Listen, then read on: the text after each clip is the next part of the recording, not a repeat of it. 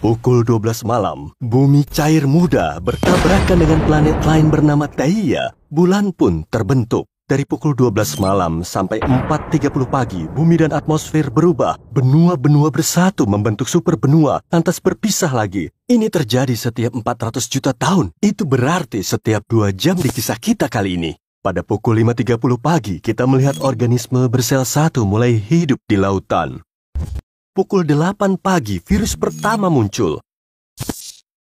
Pada pukul 11 pagi, bakteri fotosintetik berhasil menyerap cukup matahari untuk mengisi atmosfer dengan oksigen. Proses itu butuh 1 miliar tahun. Itu berarti 6 jam di cerita kita.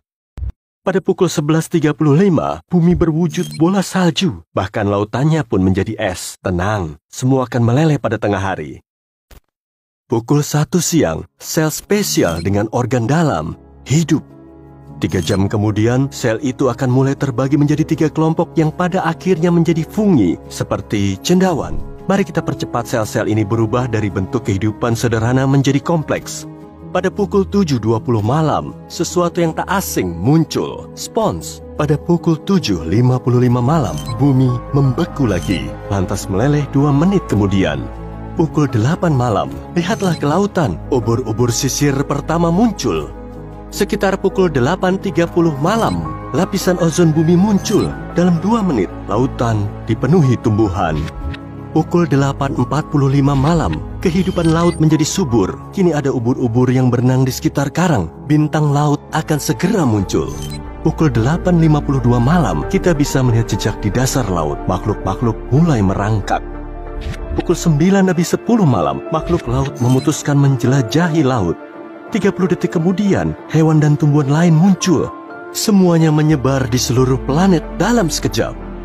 Pukul 9.41 malam, ini waktunya serangga pertama muncul. Sumber makanannya adalah tumbuhan dan pepohonan yang baru terbentuk di daratan. Pukul 9.45 malam, hewan berkaki 4 pertama muncul di perairan dangkal. Pukul 10.10 malam, hewan berkaki 4 itu terbagi ke dalam kelompok yang nantinya menjadi mamalia, reptilia, unggas, dan dinosaurus.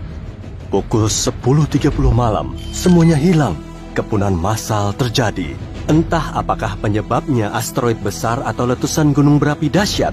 Hanya 5% spesies yang bertahan. 10.34 malam, dinosaurus akhirnya muncul. Yang pertama adalah Nyasasaurus. Tapi, para ahli tak yakin apakah itu dino asli atau kerabatnya yang berubah menjadi dino. Pada 10.45 malam, terjadi kepunahan massal lagi. Dinosaurus awal bertahan dan mengambil kesempatan untuk menyebar ke seluruh dunia. Dalam 5 menit, Tyrannosaurus muncul. Pukul 11 malam, unggas pertama muncul di Eropa. Pukul 11.15 malam, mamalia terbagi ke dalam grup masing-masing. Mereka akan berkembang membentuk paus, gajah, armadillo, dan primata. Pukul 11.17 malam, dinosaurus mencapai ukuran penuhnya. Yang terbesar adalah Argentinosaurus. Panjangnya setara 10 bus sekolah dan dia cukup tinggi untuk mengintip jendela lantai 7. Pukul 11.26 malam, asteroid raksasa jatuh ke bumi. Debu-debu berterbangan. Beberapa detik kemudian, semuanya bersih, tapi dinosaurus sudah punah. Dengan hilangnya dinosaurus, beberapa mamalia yang tersisa bisa menguasai bumi. Pukul 11.30 malam, primata terbagi menjadi 2 kelompok. Satu kelompok menjadi kera dan gorila, lalu nantinya ada manusia.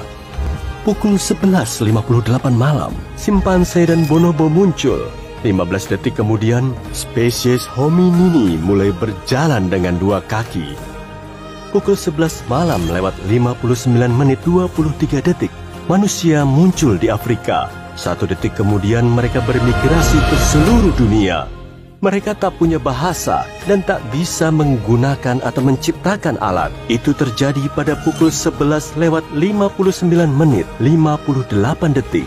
2 detik sebelum hari berakhir, yakni 100.000 tahun lalu, spesies manusia kompleks muncul.